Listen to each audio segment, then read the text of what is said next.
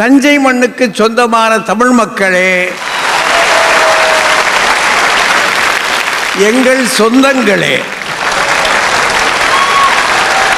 இந்த மேடையில் அமர்ந்திருக்கின்ற பட்டிமன்ற அறிஞர் பெருமக்களே, உங்கள் அத்தனை பேருக்கும் வாழ்த்துக்களை முதலிலே மிக பணிவோடும் மகிழ்ச்சியோடும் கூறிக்கொள்ளுகிறேன். தஞ்சாவூர் அப்படின்னா தமிழ் மணக்கின்ற ஊர். உலகத்தின் வரைபடத்திலே தன்னை பதிவு செய்திருக்கின்ற இந்த ஊர், தமிழ் கலையை காட்டி இருக்கின்ற இந்த ஊருக்கு வருவதிலே எங்களுக்கு பெருமை. அதுவும் தமிழர்களை பற்றி 100-125 நாடுகளுக்கு மேலே தமிழ் மக்கள் இருக்கிறார்கள் என்று சொல்லுகிறாங்க. இது வேறு எந்த இனத்துக்கும் இல்லை, தமிழ் மக்களுக்கு மட்டும் உண்டு. அது மட்டுமல்ல, தமிழ் மொழி குறைந்தது 3 நாடுகளிலே அரசு மொழியாக இருக்கிறது.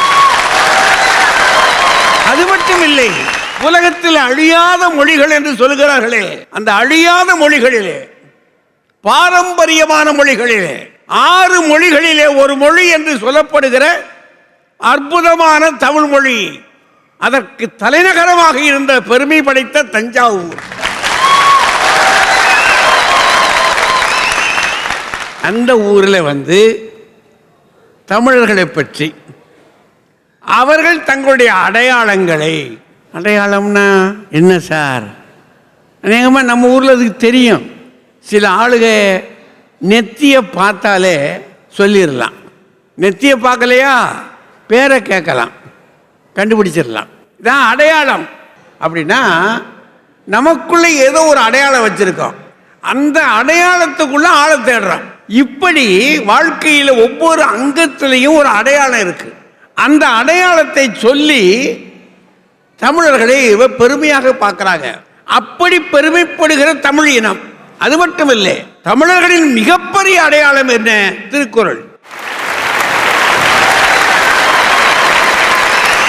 எங்கு போனாலும் சரி, கிறிஸ்தவர்களுடைய நூலுக்கு அடுத்த இடத்துல தமிழ் நூலை, திருக்குறளை வைத்திருக்கிறார்கள் என்று சொன்னால் தமிழுக்கு எத்தனை பெருமை கிடைத்திருக்கிறது. இத்தனை பெருமைக்குரிய தமிழர்கள் இன்றைக்கு தங்கள் அடையாளங்களை இழந்து கொண்டிருக்கிறார்கள். அதை சொல்றதுக்கு ஒரு 3 பேர் இந்த பக்கம் ரொம்ப பரிதாபமாக உட்கார்ந்துருக்காரு பாருங்க. மருத்துவர் சிவராமன்,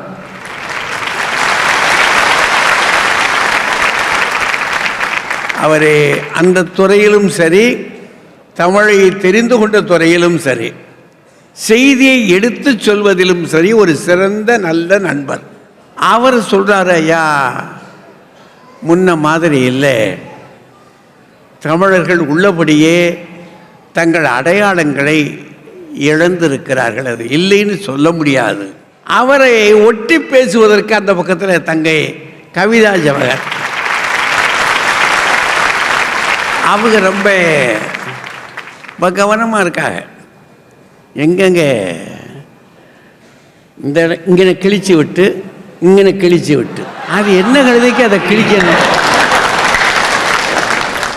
என்னையா இது? அதில் வேதனையில் அவங்க உட்கார்ந்துருக்காங்க. கடைசியில் இருக்காக பாருங்க பாரதி பாஸ்கர்.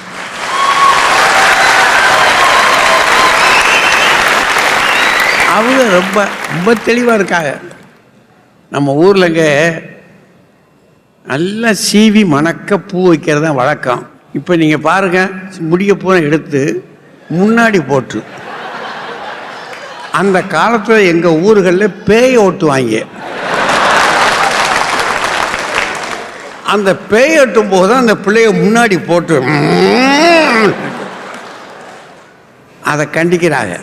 எங்கேயா இருக்கு தமிழ் பண்பாடு, அடையாளம் எங்கே? இந்த 3 பேரும். இந்த பக்கத்தில் முனைவர் ரேவதி சுப்புலட்சுமி, என்ன அப்படி சொல்றீங்க? எந்த அடையாளத்தை இழந்துட்டான்னு நீங்க சொல்றீங்க? சும்மா கற்பனையா பேசுறதா? அதெல்லாம் நல்லா தான் இருக்கிறாங்க அவங்க. அவங்க பேச்சுக்கு அந்த பக்கத்தில் உட்காந்துருக்காரு பாருங்க நம்ம தம்பி, இந்த பக்கத்தில் திருச்சி தான் மாது.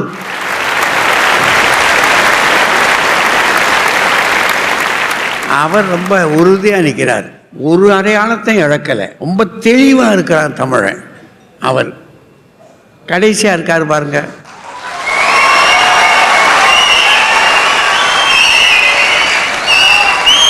நம்ம ராஜா, அவரும் முடிவில் இருக்கார். ஏன் இதாவது இழந்திருந்தா தானே வருத்தப்படுறதுக்கு, எதையும் இழக்கலையே, ரொம்ப தெளிவாக இருக்காயா தமிழன் அப்படின்னு உற்சாகமாக இருக்கார். யார் சொன்னாலும் சரி, அதில் மெய்ப்பொருள் என்ன என்பதை கண்டுபிடிப்பதல்லவா நம்முடைய அறிவு. அதனால் தான் இந்த தலைப்பை சன் தொலைக்காட்சி தஞ்சையில் தான் போட வேண்டும்.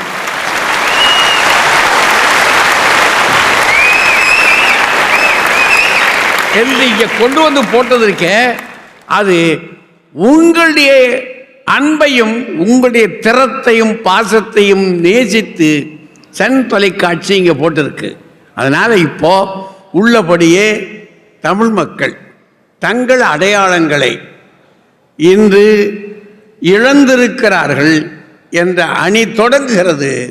அந்த அணியை மருத்துவர் சிவராமன் அவர்கள் தலைமை தாங்கி தொடங்க வருகிறார். ஐயா மிகச்சிறப்பாக எது தமிழனின் அடையாளம் என்பதை தொட்டு ஆரம்பித்தார். எத்தனை பேர் இங்கே வந்திருப்பவர்கள் தமிழர்கள் அடையாளம் இழக்கவில்லை என்று வேட்டி சட்டையோட புடவைகளோடு எத்தனை பேர் வந்திருக்கீங்கன்னு பார்க்கலாம். எத்தனை பேர்? மிகச் சொற்பமாக. அடையாளங்கள் ஆடையில் இழக்க ஆரம்பித்துட்டோம். இந்த தஞ்சை மண்ணுக்கே உரிய மாடு உம்பளச்சேரி மாடு, காங்கேயம் ஈரோடு கோவையில் இருக்கக்கூடிய மாடு. இந்த உம்பளச்சேரி காங்கேயம் நம்மளுடைய அடையாளம். இவை எப்படி அடையாளம்? வெறுமன பார்வைக்கான அடையாளம் மட்டும் இல்லை, இந்த சூழலுக்கேற்ற, இந்த மண்ணுக்கேற்ற, இந்த உழவுக்கேற்ற மாடுகள் அவை. இன்னைக்கு அத்தனையும் விட்டுட்டு வெளிநாட்டிலிருந்து மரபணு மாற்றப்பட்ட விந்துக்களை இங்கே கொண்டு வராங்க. யோசிக்க வேண்டியது நண்பர்களே.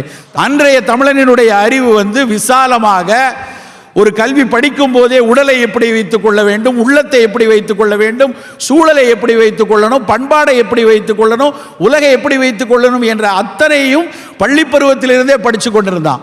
ஆனால் இன்றைக்கு திட்டமிட்ட ஒரு இலக்குக்காக மட்டும் தன்னை சுயநலமாக பெருக்கிக் கொள்வதை கல்வி என்று சொல்லிக் கொண்டிருக்கிறார்கள். உணவை எடுத்துக்கொள்வோம்.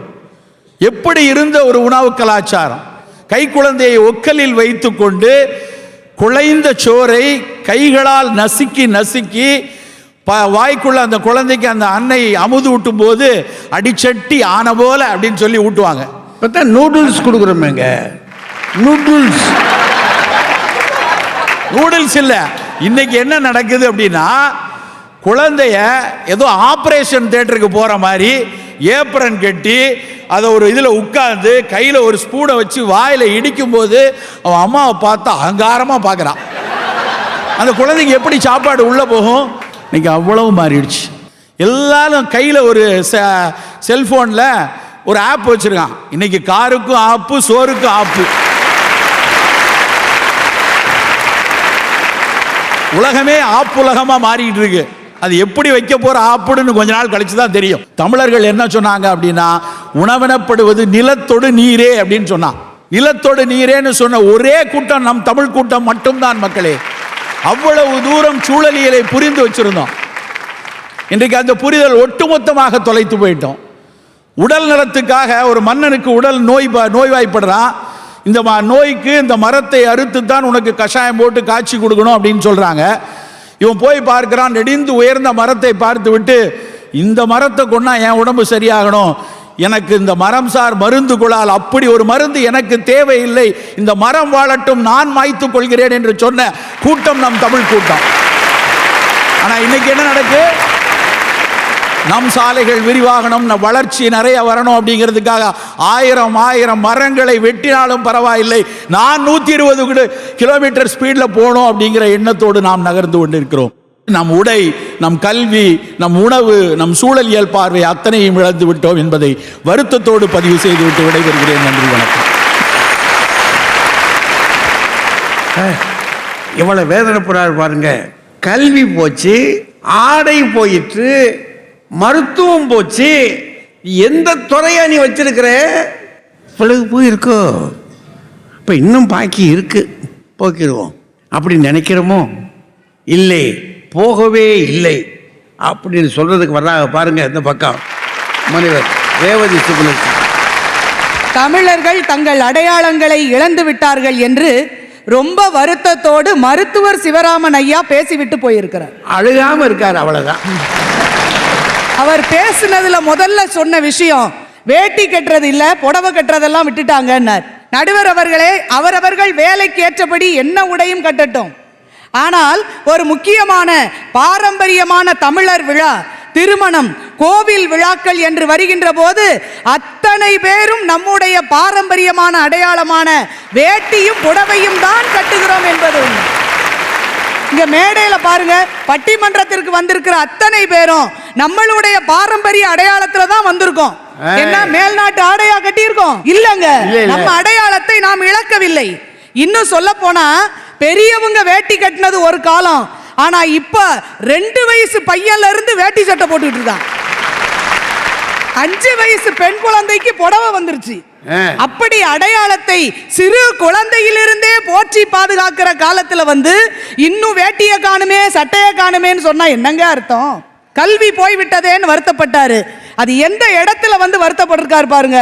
தமிழுக்காகவே தனி பல்கலைக்கழகம் இருக்கின்ற தஞ்சை மண்ணில் தமிழ் கல்வி போயிருச்சேன்னு வருத்தப்படலாமா ஐயா அவர்கள்? அதுலயும் மருத்துவர் ரொம்ப அழகா சொன்னாரு, இது ஆப்பு காலமா, ஆப்பு காலமா, நமக்கு நாமே வைத்துக் கொள்கின்ற ஆப்பு காலம்னார். இல்லை மருத்துவர் அவர்களே, உங்களை போன்ற தமிழ் மருத்துவர்கள் இருக்கின்ற நேரத்தில் இது ஆப்பு காலம் இல்ல, எங்களை நாங்களே காப்பு காலம். நீங்க தானே எங்களுக்கு விழிப்புணர்வு கொடுத்துக்கிட்டு இருக்கீங்க. இல்ல, மற்றவர்களுக்கு போடுற சோப்பு காலம். ஐயா, தமிழனின் தனிப்பெரும் அடையாளம் என்பது நம்முடைய மொழி. இந்த உலகத்துல எல்லாம் எடுத்து பாருங்களேன். அமெரிக்காவில் உள்ள எம்பயர் ஸ்டேட் என்ற அந்த பெரிய பில்டிங் கட்டடம், அந்த கட்டடத்தை விட 30 மடங்கு பெரிய பிரமிடுகளை கட்டிய எகிப்தியர்கள் பேசிய எகிப்திய மொழி இப்போ இல்ல. உலகத்தையே என் காலடியில் கொண்டு வருவேன் என்று சொன்ன மாவீரன் அலெக்சாண்டர் பேசிய கிரேக்க மொழி இப்போது இல்லை. ஆசையே துன்பத்துக்கு காரணம் என்று சொன்ன புத்தர் பேசிய பாலி மொழி இப்போது இல்லை. ஆனால் அந்த மொழிகளோடெல்லாம் பிறந்து வளர்ந்து தன் தோழமை மொழிகளெல்லாம் அழிந்த பிறகும் இன்னும் வாழ்ந்து கொண்டிருக்கின்ற ஒற்றை மொழி உயர்தனி செம்மொழியான நம்ம தமிழ் மொழி மட்டும்தான். இன்றைக்கு உலகத்தின் பல இடங்களிலும் நம் தமிழர்கள் பரவி இருக்கலாம். ஆனால் அமெரிக்காவின் ஹார்வர்ட் பல்கலைக்கழகத்தில் தமிழுக்கான இருக்கை தொடங்க போகிறோம் என்று சொன்ன உடனே அத்துணை உலக தமிழர்களும் போட்டி போட்டுக்கொண்டு வாரி கொடுத்தார்களே, அங்க இருக்கு தமிழர்களுக்கான தனி அடையாளம் என்பதை நம்ம மறந்துடக்கூடாது. நடுவர் அவர்களே, எவ்வளவு கலாச்சார படையெடுப்புகளும் சீரழிவுகளும் வந்தாலும் எதிர்க்க துணிந்தால் தமிழ் மீளும், எதற்கும் துணிந்தால் தமிழே ஆளும். நம் உலகத்தின் கடைசி தமிழன் இருக்கின்ற வரை தமிழரின் அடையாளம் ஒருபோதும் மறையாது என்று சொல்லி விடைபெறுகிறேன். நன்றி, வணக்கம். ரொம்ப அருமையா, நல்ல பேச்சு, இவ்வளவு தெளிவாக சொல்லியிருக்காங்க. இதை எதிர்க்கிறது என்பது இப்போ திருமதி கவிதா ஜவஹர் அவர்களுக்கு. வாங்க. தஞ்சம் என்று வந்தவரை தாய் போல் ஆதரிக்கும் தஞ்சை மக்களே, நெஞ்சம் நிறைந்த வணக்கம். எதிரணியிலிருந்து சகோதரி ரேவதி அவர்கள் வந்தாங்க ஐயா. கல்யாண வீட்ல எல்லாம் நீங்க போய் பாருங்க, எல்லாரும் புடவை கட்டி இருக்கிறாங்க, வேட்டி சட்டை கட்டி இருக்காங்க. எப்போ வரைக்கும்? தாலி கட்டுற வரைக்கும். தாலி கட்டி முடிச்ச உடனே அந்த மணமேடையே காலி ஆயிரும். ஜோலி முடிஞ்சிச்சு. அவர் ஒரு குர்த்தி போட்டு வருவாரு, அந்த அம்மா ஒரு சல்வார் கமிஸ் போட்டு வரும், கையில மெஹந்தி போட்டு பாங்கரா டான்ஸ் ஆடுவாங்க. இதுதான் தமிழருடைய அடையாளம். 5 வயசு பொண்ணு புடவை கட்டி இருக்கு, 50 வயசு பொம்பளை நைட்டி போட்டு தெருவில் தெரியுது. ஒவ்வொரு நாட்டுக்கு ஒரு எல்லை இருக்கும்ல, மாநிலத்துக்கு. நம்ம தமிழனினுடைய எல்லை என்ன தெரியுமா? தெற்க குமரி, வடக்க வேங்கடம். வேங்கடம்னா என்ன தெரியுமா? திருப்பதி. திருப்பதி யாரோட எல்லை? தமிழனுடைய எல்லை. லட்டை தூக்கி கொடுக்குற மாதிரி கொடுத்துட்டு நாமத்தை போட்டு வந்து உட்காந்துருக்கோம். எவ்வளவு பெரிய வணிகத்துக்கு சொந்தக்காரங்க நாம தெரியுமா? சர்வதேச வணிகம் நடத்திய பூம்புகார் பட்டினம், அந்த பரம்பரையில் வந்த தமிழர்கள் ஒரு பெட்டிக்கடை வைக்கிறதுக்கு நாதி இருக்கா? எல்லாம் வெளிநாட்டு கம்பெனி வந்துருச்சு, அதுக்கும் போட்டிக்கு வந்துட்டாங்களே சார். 3000 கிலோமீட்டர் அலை அடிக்கிற கடலுக்குள் 4 வகையான கப்பல் படையை நடத்தி Malaysia, Thailand, Burma, Indonesia, Sri Lanka வரைக்கும் செஞ்சு புலிக்கொடி நாட்டிய ராஜேந்திர சோழனின் பரம்பரை இன்னைக்கு அதே கடலுக்குள்ள போய் நிம்மதியா மீன் பிடிக்க முடியுதா? என்ன அடையாளம்? வலைய கிழிச்சிடுறேன், ஆளைய கொன்றாங்க சார். உணவே மருந்து, மருந்தே உணவுன்னு வாழ்ந்த தமிழனின் உணவு முறை இன்னைக்கு இருக்கா? இட்லி அந்த அம்மா ஸ்பூனால வெட்டி சாப்பிடுது. அதுக்கப்புறமா சப்பாத்தி வருது, திருன்னு முழிச்சுக்கிட்டு பிறகு கையால சாப்பிடுறாங்க. தமிழனுக்கு என்னையா வெட்டி பந்தா சார்? இரும்பை பொன்னாக்கிய நம்முடைய மூலிகைகள், உடம்பை உடும்பாக்கிய நம்முடைய தமிழ் மருத்துவம் இன்னைக்கு என்னாச்சு? 24 மணி நேரம் இங்கிலீஷ் மெடிக்கல் ஸ்டோர் வாசல்ல தமிழன் தவம் கிடக்குறான். ஒரு சீட்டை காமிச்சு இதுல 5, இதுல ஒரு 4, இதுல ஒரு 2 மட்டும் கொடுங்க, மீதியை நாளைக்கு வாங்கிக்கிறேன். இதுதான் நம்முடைய தமிழ் மருத்துவமா? தஞ்சாவூர்ல பேசுறோம், எப்பேற்பட்ட கட்டட கலை தமிழனுடைய கட்டடக்கலை சார். இன்னைக்கு ஒரு பாலம் கட்டினா கூட 100 வருஷம் கேரண்டி கொடுக்குறாங்க. ஆனால் 1000 ஆண்டு காலம் நிலைக்கிற ஒரு கோவிலை கட்டி முடிச்சிட்டு அதை கட்டின இன்ஜினியர் பெருந்தச்சர் குஞ்சர மல்லர் அப்படி கம்பீரமா நிற்கிறார். ராஜராஜ சோழன் பெருமிதமா அவரை பார்க்கிறார். பெருந்தச்ச குஞ்சர மல்லரே, காலத்தால் வென்று நிற்கக்கூடிய கோயிலை கட்டியிருக்கிறீர்கள், காலத்தால் அழியாத பரிசை நான் தருகிறேன். எனக்கு இந்த மக்கள் இட்ட பெயர் ராஜராஜன், என் பெயரை நான் உங்களுக்கு தருகிறேன். இன்று முதல் ராஜராஜ பெருந்தச்ச குஞ்சர மல்லர் என்று நீங்கள் அழைக்கப்படுவீர்கள். இந்த தஞ்சை பெருவுடையார் கோவில் இருக்கும் வரை என் பெயர் இருக்கும், என் பெயர் இருக்கும் வரை உங்கள் பெயர் நிலைக்கும் என்று தன் பெயரை தானமாக கொடுத்த அந்த கட்டடக்கலை இன்னைக்கு நீங்க போய் நாளைக்கு பாருங்க. அங்க உள்ள பாறையில, சுவத்துல, சின்ன சின்ன கோயில் கருவறையில கூட தான் பேரு, மொபைல் நம்பரு, காதலிக்கிற பொண்ணோட பேரை கிறுக்கி வச்சிருக்கோமே. 1000 ஆண்டு கால பழமையை 10 ரூபா பாப்கார்ன் தின்னு போயிட்டு வர்றமே, இதுதான் உங்களுடைய அடையாளமா? எங்க அடையாளம் அதுல இருக்க வேண்டாமா? இவ்வளவு கேவலமா அடையாளத்தை பதிவு செய்வது தமிழனாக மட்டும்தான் இருக்க முடியும். தண்ணீர் ஓட வேண்டிய ஆறுகளுடைய நிலைமை என்ன? தமிழனின் நீர்நிலைகள் எத்தனை? அதுக்கு எத்தனை வகையான பெயர்கள் தெரியுமா? கடல், ஆறு, குளம், ஏரி, கம்மாய், கால்வாய், கிணறு, ஊற்று, பொய்கை, மடை, கேணி, தெப்பக்குளம், தாங்கல், சுனை, குண்டு, குட்டை, ஓடை, ஊருணி, ஆழி, கிணறு, அருவி, அகழி, இவ்வளவு நீர்நிலை நமக்கு இருந்துச்சு. அம்புட்டையும் தொலைச்சிட்டு 10 ரூபாய்க்கு மினரல் வாட்டர் பாட்டில் வாங்கிட்டு 10 ரூபாய்க்கு வாட்டர் பாட்டில்னு கெத்தா திரியிறோமே, இதை விட ஒரு கேவலமான நிலைமை தமிழனுக்கு வரணுமா? சார் அதெல்லாம் ஒன்றும் வேணாங்க. ஒன்று சொல்லிட்டு நான் முடிக்கிறேங்க. அடையாளம்னா என்னங்க? எல்கேஜி படிக்கிற பிள்ளையில இருந்து ஐடி கம்பெனியில் வேலை பார்க்குற வரைக்கும் கழுத்தில் ஒரு ஐடி கார்டு போட்டுட்டு அலையிறாங்களே, அது அடையாளமா?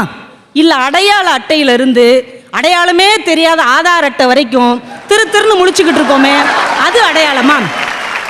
அது என்ன ஆதார் அட்டையில் அவ்வளவு பேர் அடையாளமும் தெரியலையோ?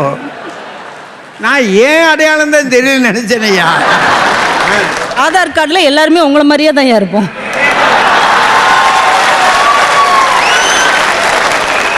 ஒரு காலத்தில் நமக்கென்று ஒரு அடையாளம் இருந்தது.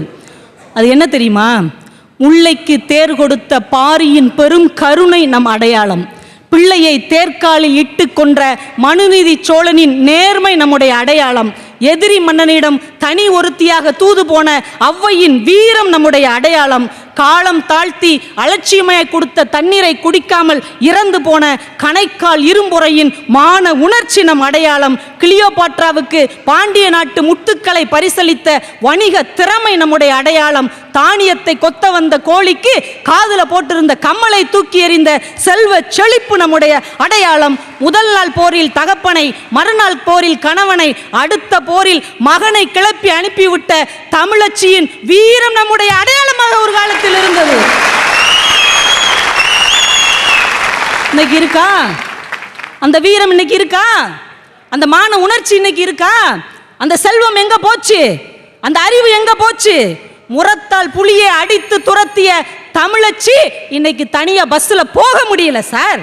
யாதும் ஊரை யாவரும் கேளீர்னு சொன்ன தமிழனுக்கு அடையாளமாக ஒரு ஊர் கூட இல்ல சார். என்றைக்கு தமிழன் என்ற அடையாளத்தை தொலைத்து ஜாதியாய், மதமாய், கட்சியாய், பிரிவாய், குழுவாய் பிரிந்தானோ அதுவரைக்கும் அடையாளம் என்கின்ற வார்த்தைக்கு அர்த்தம் இல்லை. நன்றி, வணக்கம்.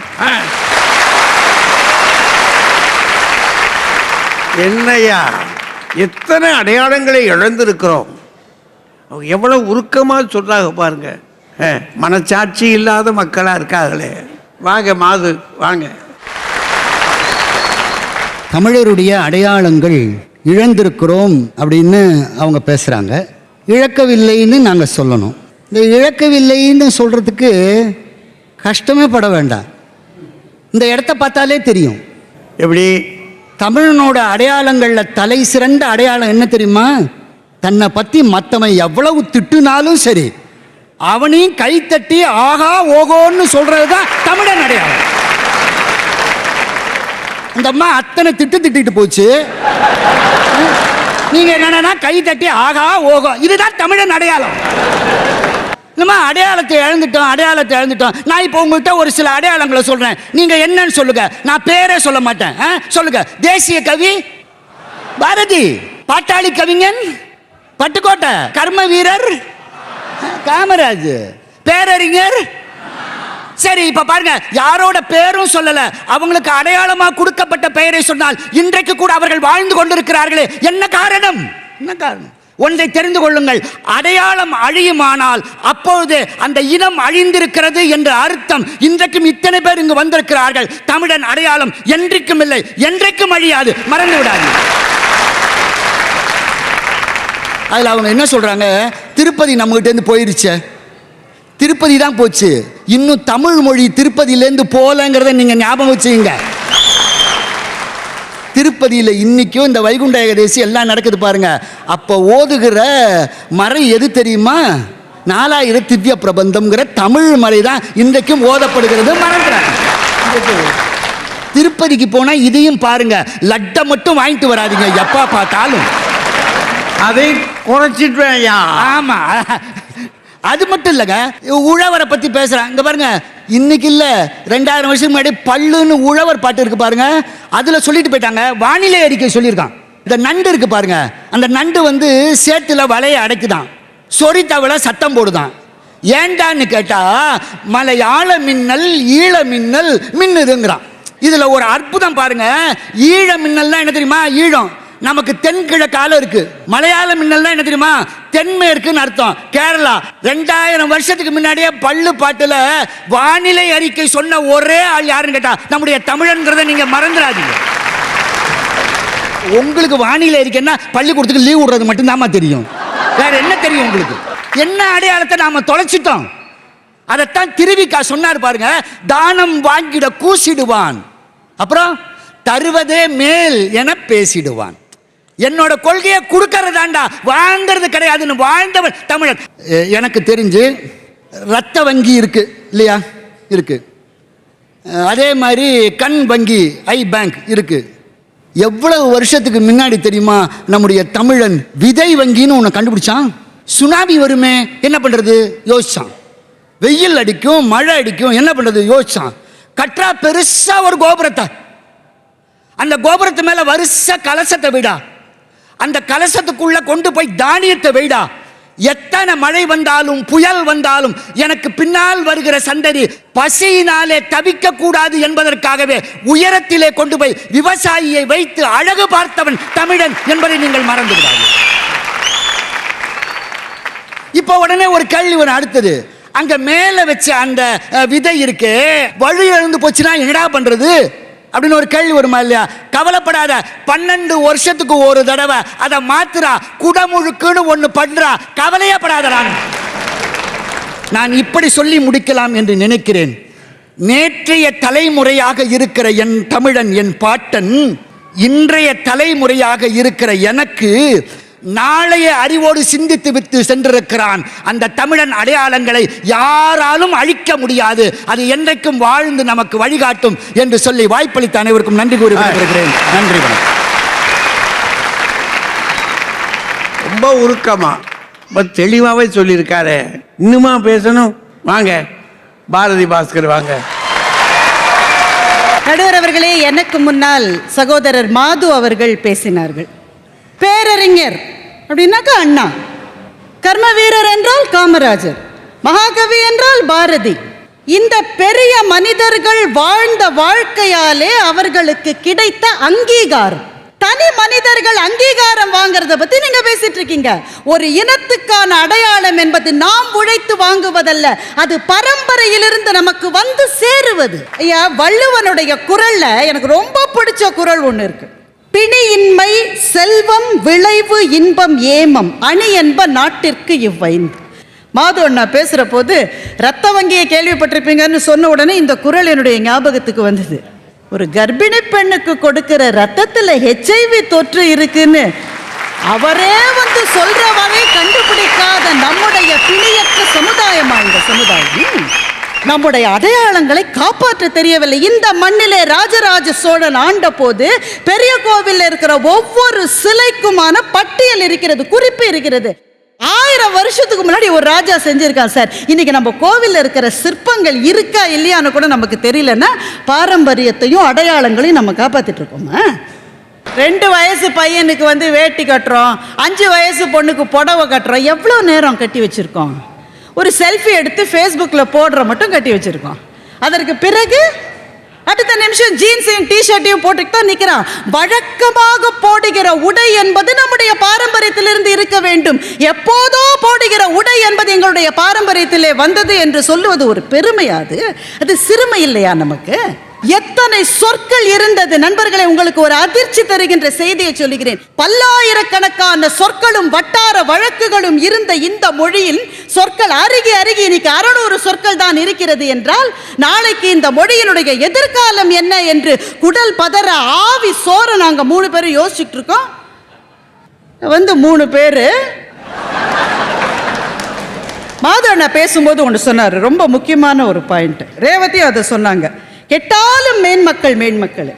இந்த வழக்கு எப்படி வந்தது? நம்ம கெட்டு போனா கூட அவன் வந்து நேர்மையோட இருப்பான், பெரிய மனுஷனா இருப்பான். அப்படின்னா கெடாத போது சத்தியமா அவன் நேர்மையா தான் இருக்கணும்ன்றது இந்த மண்ணினுடைய எழுதப்படாத சட்டம், விதி.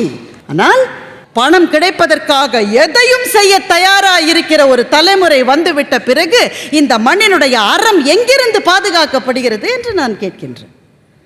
எனக்கு என்ன தோன்றுகிறது என்றால், இந்த மண்ணினுடைய மிகப்பெரிய அடையாளம் என்று நாம் எதை நினைத்து பெருமைப்பட்டுக் கொள்ளலாம் என்றால், 2000 வருஷங்களுக்கு முன்னால் ஒரு புலவன் எழுந்து நின்று சொன்னான், எந்த ஊரும் என்னுடைய ஊர், எந்த ஊரில் வசிப்பவர்களும் என்னுடைய உறவினர்கள் என்று சொன்னான். அந்த ஞானம் தான் தமிழ் மண்ணினுடைய அடையாளம். நான் இப்படி சொல்லி முடிவு செய்கின்றேன். எங்களுக்கு ஒரே ஒரு பயம்தான், ஒரு 3 தலைமுறை தாண்டி உலகத்தில் ஏதோ ஒரு நாட்டிலே வாழ்ந்து கொண்டிருக்கிற ஏதோ ஒரு தமிழ் சகோதரர் என்னுடைய மொழி எனக்கு மறந்து விடுமோ என்று பயந்து ஒருவேளை சுவற்றோடு பேசிக் கொண்டிருப்பாரோ என்று நினைக்கிற போது என் ரத்தம் உறைகிறது.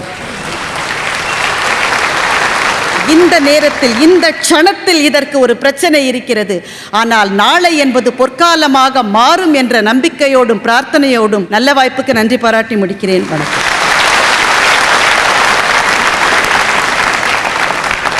மனசில் கிடந்த ஆதங்கத்தை எல்லாம் புலம்பி தீர்த்துட்டாங்க. ஒரு வருத்தம், என்ன செய்யறது? இங்கிட்டும் கேட்கணும் அங்கிட்டும் கேட்கணும் இல்லையா? வாங்க ராஜா வாங்க.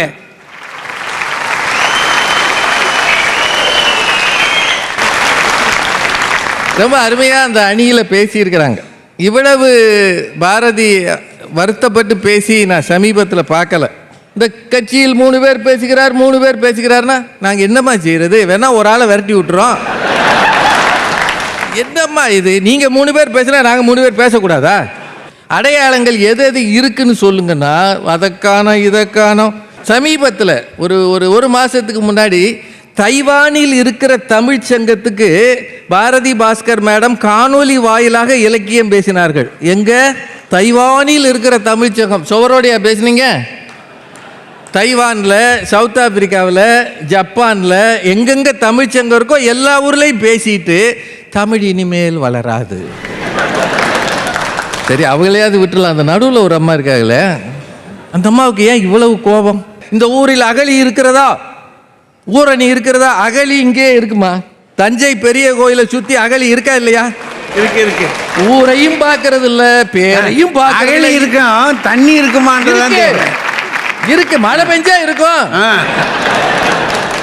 இதுக்காக இல்லாட்டி அந்த வடிச்ச கஞ்சியெல்லாம் கொண்டு போய் அகலியில் விடுங்க, யானை வலிக்கு விழாது இல்லை. என்ன வேடிக்கை பாருங்க. எங்கே நம்ம அடையாளம், எங்கே நம்ம அடையாளம்? சார், தமிழர் அடையாளத்தை இழந்திருக்கீங்களா? கனடாவில் ஜஸ்டின் ட்ரூடோ பிரதமர் வேட்டியும் சட்டையுமா அவர் பொங்கல் வைக்கிறார். அந்த வீடியோவும் பார்க்கணும். சிங்கப்பூர்ல தமிழ் மாதம் கொண்டாடப்படுகிறது. ஒரு மாதம் தமிழ் மாதம். என்ன பேசுறீங்க? அகதியாக விரட்டப்பட்டாலும் அகிலத்தையும் ஆளுகிற ஆற்றல் தமிழனுக்கு இருக்கிறது, மறந்துடாது. எங்க போய் பேசுறீங்க? ஆஸ்திரேலியாவிலிருந்து அமெரிக்கா வரை எல்லா இடங்களிலும் தமிழர்கள் இருக்கிறார்கள். சார், கலைகள், நாதஸ்வரத்தை பத்தி சொல்றீங்களாமா? சஞ்சாரம் அப்படின்ற ஒரு நாவலுக்கு இப்போ சாகித்ய அகாடமி விருது வந்திருக்கிறது. நாதஸ்வர கலைஞர்களை பற்றிய ஒரு நாவல். தஞ்சாவூர்ல வந்து கலைகளை பற்றி சொல்லலாமா? சில தெருக்களே கலைஞர்களால் குடியிருக்கிற தெருக்களிங்க. அந்த அரண்மனையை சுற்றி போய் பாருங்க.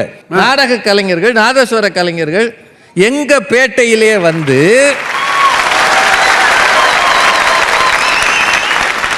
எனக்கு ரொம்ப சந்தோஷம் என்னன்னா இவ்வளவு வேகமா பேசினாங்க. திருப்பதி நமக்கு சொந்தமா? அது அரசியல். நம்ம எல்லாருமா கூடி திருப்பதியை வேணாம்னோ? மொழிவாரி மாநிலங்கள் பிரிக்கும் போது சென்னையா திருப்பதியான்ற கேள்வி வந்தது. நம்ம சென்னையை வாங்கிட்டு திருப்பதியை கொடுத்தோம். நம்மால எதையும் வாங்காம கொடுக்க மாட்டான்ல. இது டாக்டரை பார்த்தா எனக்கு பயமா இருக்கு. எதை பார்த்தாலும் டாக்டர் ஞாபகமாவே வருது.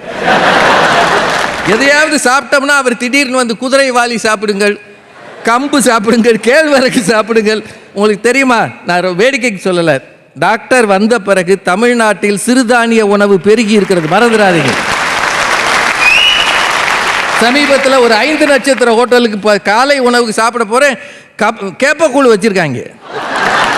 நான் போய் சொல்லலை, கேப்ப களி, கேப்ப கூழ் எல்லாம் மீண்டும் வந்து இருக்கிறது, திரும்பவும் கிடைத்திருக்கிறது. சும்மா எதை எடுத்தாலும். அப்புறம் அந்த அம்மா தாலி கட்டின பிறகு சேலையை மாற்றுகிறார்கள். கூரை புடவைன்னு ஒன்று அந்த நேரம் தான் கட்டுவான். அதுக்கப்புறம் அதே புடவையில் நாள் பூரா இருப்பானா? ஏமா ஒரு ரிசப்ஷனுக்கு வேற ட்ரெஸ் மாற்றக்கூடாதா? என்னம்மா இப்படி ஆயிட்டீங்க? அதில் அவங்களுக்கு வருத்தம் என்னன்னா 50 வயசு அம்மா வந்து நைட்டி போட்டுருச்சான். அது வேற யாரும் இல்லை, அவங்க மாமியார். அந்த கவலையை இங்க கொண்டாந்து சொல்லணுமா? எதன் வழியாக தமிழை வளர்க்க போகிறீர்கள்? தமிழ் வழியாகத்தான் தமிழை வளர்க்க போகிறோம். எதன் வழியாக வளர்ப்பது? தமிழர்கள் இருக்கிற வரை தமிழ் வளர்ந்து கொண்டே தான் இருக்கும். எப்படி வளராம போகும்? சார், இதே ஊர்ல கொஞ்ச நாள் முன்னாடி சதய விழா கொண்டாடினீங்களா இல்லையா? 1000 ஆண்டுகள் கழித்தும் கூட ராஜராஜ சோழனுக்கு விழா எடுக்கிற இந்த மக்கள் எப்படி அடையாளங்களை இழப்பார்கள்? தமிழரிசை மும்மூர்த்திகள் இந்த ஊருக்காரவங்க தான், இந்த பகுதியில் இருக்கிறவங்க தான். திருவாரூர் சங்கீத மும்மூர்த்திகள் அவங்களும் இந்த பகுதி தான். இப்போ திருவாரூர்ன்றது ரொம்ப முக்கியமா போச்சோ? இங்கே இருந்துதாமா எல்லாம் புறப்பட்டது, எப்படி காணாமல் போகும்? இந்த ஒண்ணுங்க, ஐயாவை பத்தி சொன்னது, ஆதார் அட்டையில் இருக்கிற எல்லாருமே ஐயா மாதிரி இருக்காங்க சொல்லலாம். எனக்கு அது ரொம்ப சந்தோஷம். அவரே தான் மாதிரி இல்லைன்னு சொல்லிக்கிட்டு இருக்கிறாரு, எல்லாரும் அவர் மாதிரி இருக்கிறாங்கன்னா என்னம்மா அர்த்தம்? சார், 1-2 சொல்லிடுறேன். சமீபத்தில் பிரபல பின்னணி பாடகர் எஸ்பி பாலசுப்ரமணியன் ஐயாவை ஒரு இடத்துல சந்தித்தேன். அப்போ அவர் சொன்னது, இந்தியாவின் பல மொழிகளில் பாடியிருக்கிறேன், இன்றைக்கும் பல தொலைக்காட்சிகளுக்கு போய் வருகிறேன், ஆனால் பட்டிமன்றம் என்ற கலை வடிவம் வேறு எந்த மொழியிலும் இல்லை, அது தமிழுக்கே பெருமை அப்படின்னு அவர் சொன்னார். எல்லாரும் நேசிக்கிற பட்டிமன்றங்களை தமிழ் மொழியின் அடையாளமாக வச்சிருக்கிறோமா இல்லையா? சார், வேற ஒன்றும் வேண்டாம், யாரை பார்த்தாலும் கையை கூப்பி வணக்கம்னு சொல்றீங்களே, இது தமிழர் அடையாளமா இல்லையா? எத்தனையோ தலைவர்கள் இந்தியாவில் இருக்கிறார்கள். பல மாநிலங்களுக்கு போகும்போதெல்லாம் அந்தந்த மொழிகளில் பேசுகிறார்களா என்று தெரியாது. தேசிய தலைவர்கள் யாராக இருந்தாலும் தமிழ்நாட்டில் வந்து பேச ஆரம்பித்தால் வணக்கம் என்று சொல்லாமல் பேசுவதே இல்லை. தமிழை மறந்தவர்கள் தமிழ்நாட்டில் இருக்க முடியாது. அப்படி இருந்தால் அவன் தமிழனாக இருக்க முடியாது. தமிழன் எங்கேயும் அடையாளங்களை தொலைக்க மாட்டான். உலகம் முழுக்க முன்பு இருந்ததை விட மிக பிரமாண்டமாக பரவி இருக்கிறான். பூமி உள்ளவரை தமிழனும் தமிழ் இனமும் தமிழ் மொழியும் இருந்து கொண்டே இருக்கும். ஒரு நாளும் அதை இழக்க முடியாது, இழக்கப் போவதில்லை என்று சொல்லி வணங்கி விடைபெறுகிறேன். நன்றி. பெரியோர்களே, ஒரு அருமையான சிந்தனைக்குரிய பட்டிமன்றம். இந்த பக்கம் நம்பிக்கை தருகிற சொற்களை சொல்லியிருக்கிறாங்க. தமிழ் வீழாது என்ற நம்பிக்கையை நம்ம அத்தனை பேருக்கும் ஊட்டியிருக்காங்க. இந்த பக்கத்தில் இல்லையா, நிறைய நாம் இழந்திருக்கிறோம் என்று கவலையை, அச்சத்தை உருவாக்குகிற சொற்களை சொல்லியிருக்காங்க. இதையும் வாங்கி யோசித்து பார்த்தா அநேகமாக என்னுடைய கணிப்பு பட்டிமன்றம் ஒன்றில்தான் தமிழ் நிலைத்து நிற்கிறது.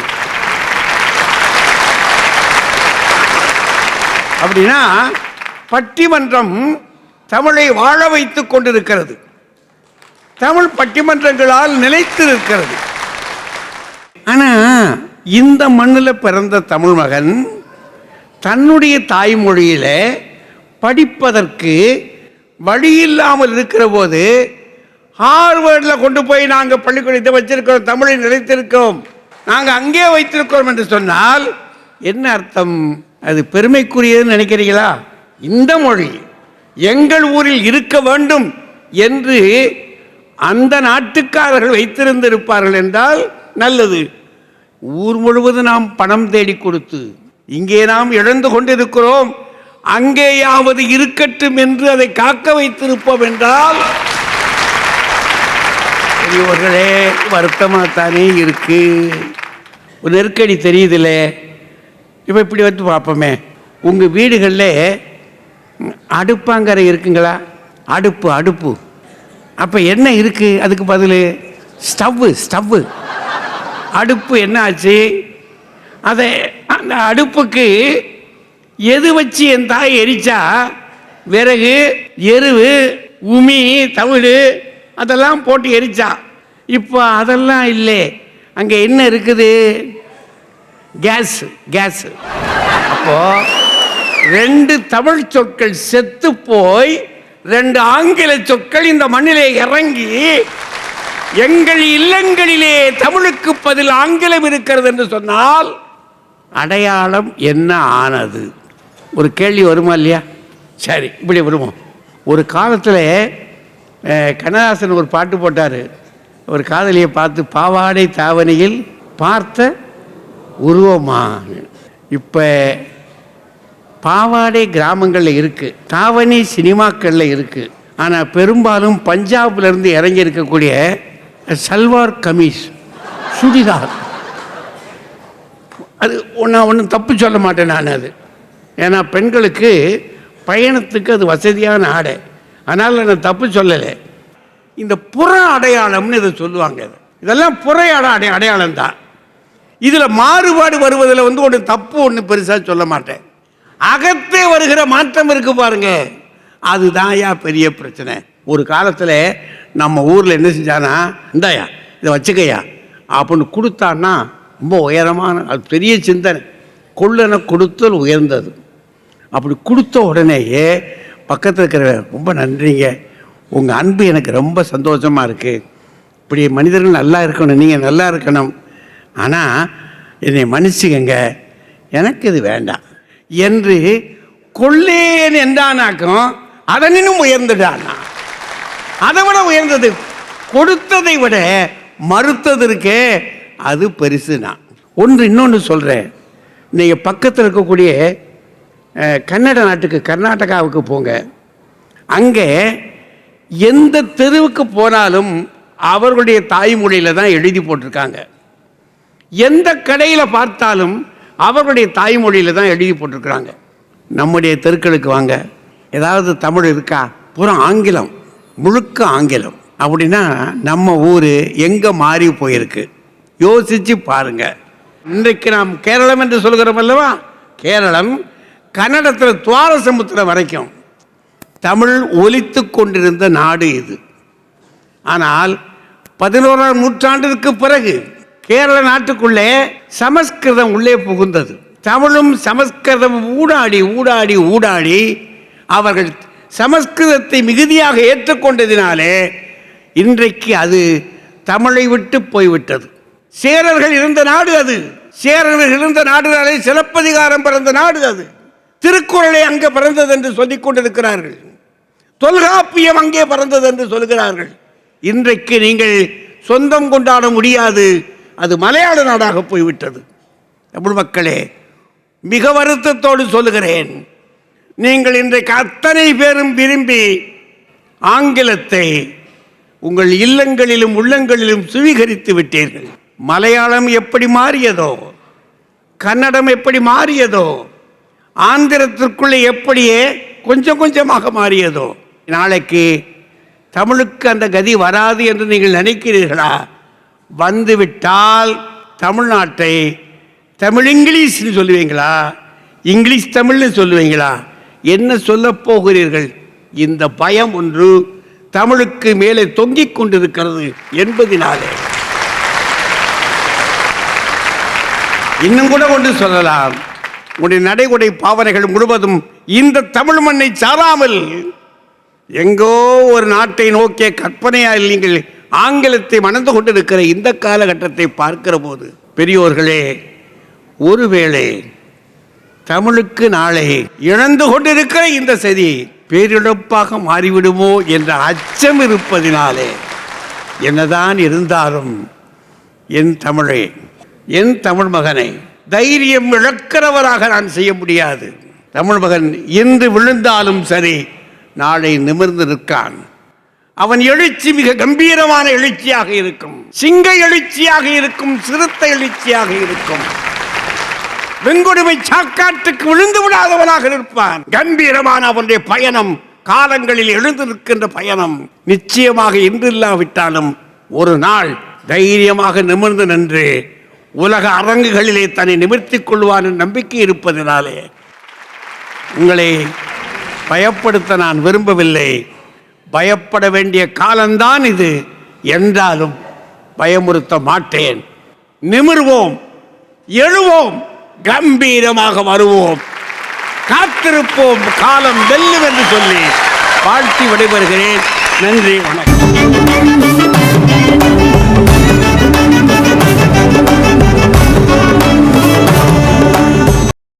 இன்னும் பல வீடியோக்களை காண சன் லைஃப் சேனலை சப்ஸ்கிரைப் பண்ணுங்க.